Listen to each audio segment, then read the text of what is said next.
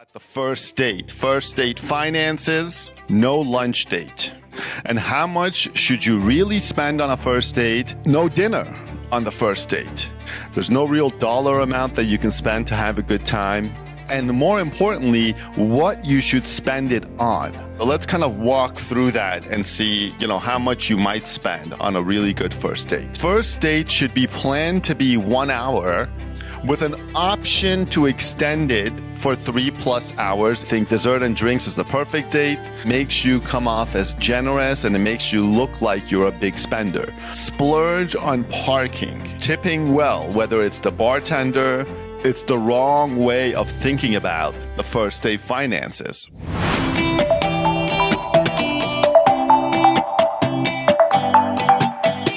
Welcome to another exciting episode of the Contemporary Happiness Podcast. I'm your host, David Nima. I'm a lawyer and a happiness coach. And on this podcast, we provide happiness tips through the lens of diet, exercise, and mindset.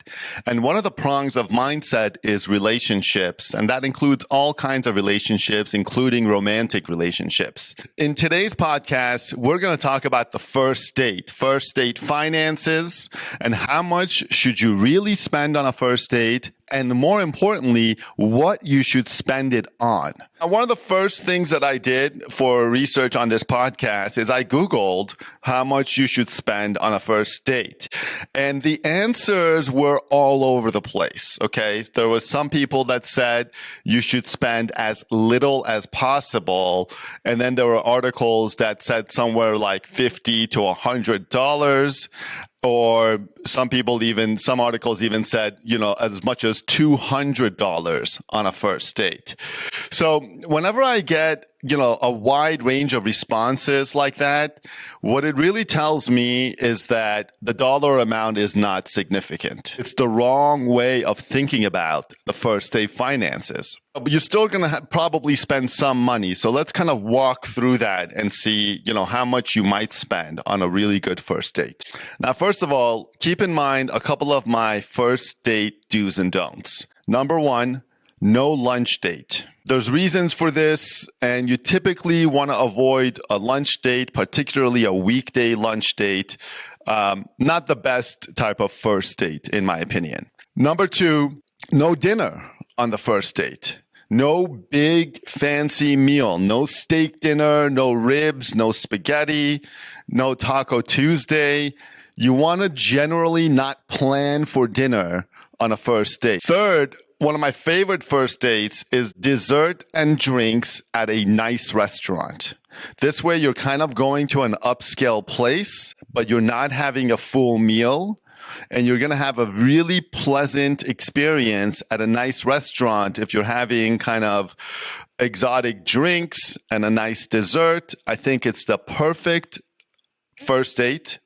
And that's kind of my go-to first date. But if you want to kind of go do something else, you're welcome to do it. And that's why I'm kind of providing you these larger parameters here. But dessert and drinks is my favorite first date. And then the fourth advice for first dates is that the first date should be planned to be 1 hour with an option to extend it for 3+ hours if you wanted to. But the premise of the first date, the premise of the activity should be an activity that can be concluded in 1 hour or less. So some ideas for a good first date beyond the coffee, beyond the dessert and drinks that I like to recommend to all my clients is to meet at your favorite coffee shop and either have the coffee there or get the coffee to go and go for a walk somewhere. This could be somewhere at a nearby park or a museum or some kind of oceanfront boardwalk, for example, or lakefront. Somewhere maybe in a nice historical neighborhood where you can appreciate the architecture, for example. This, to me, is a good first date that you can have. Now, again, it's coffee and it's not, lunch or dinner.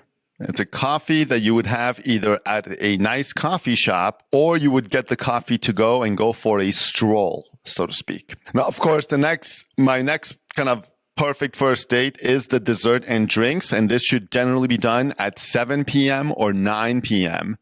for dessert and drinks. It could be a weeknight or it could be a weekend. Few other tips for your first date is to splurge on parking, okay? Spend a lot of money on parking.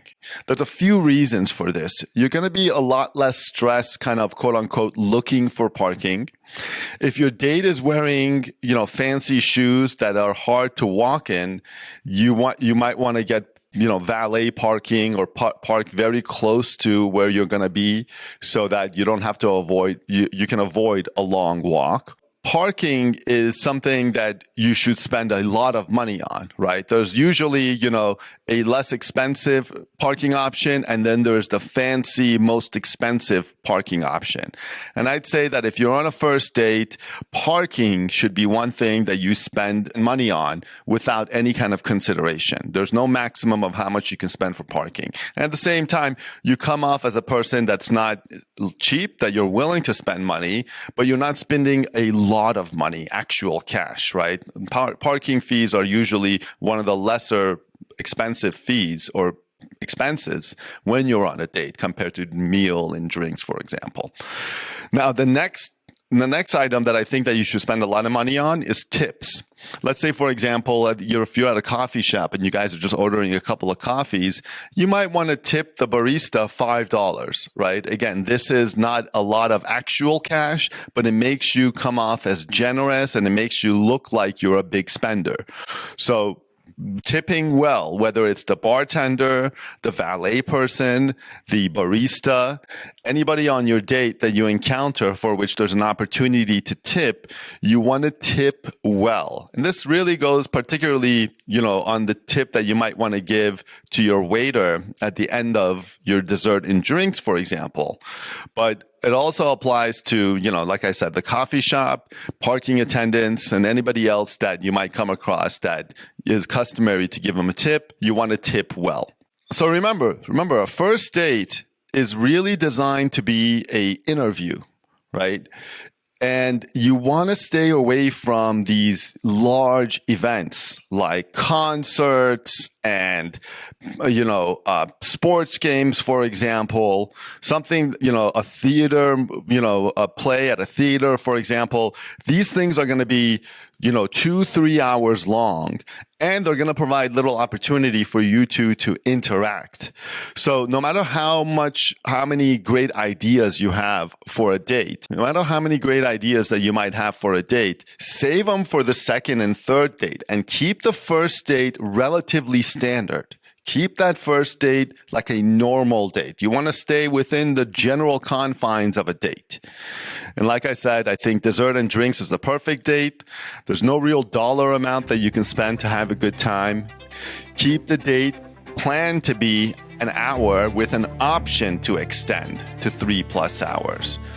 The date should be 1 hour with an option to extend for a longer time if you're enjoying each other's company.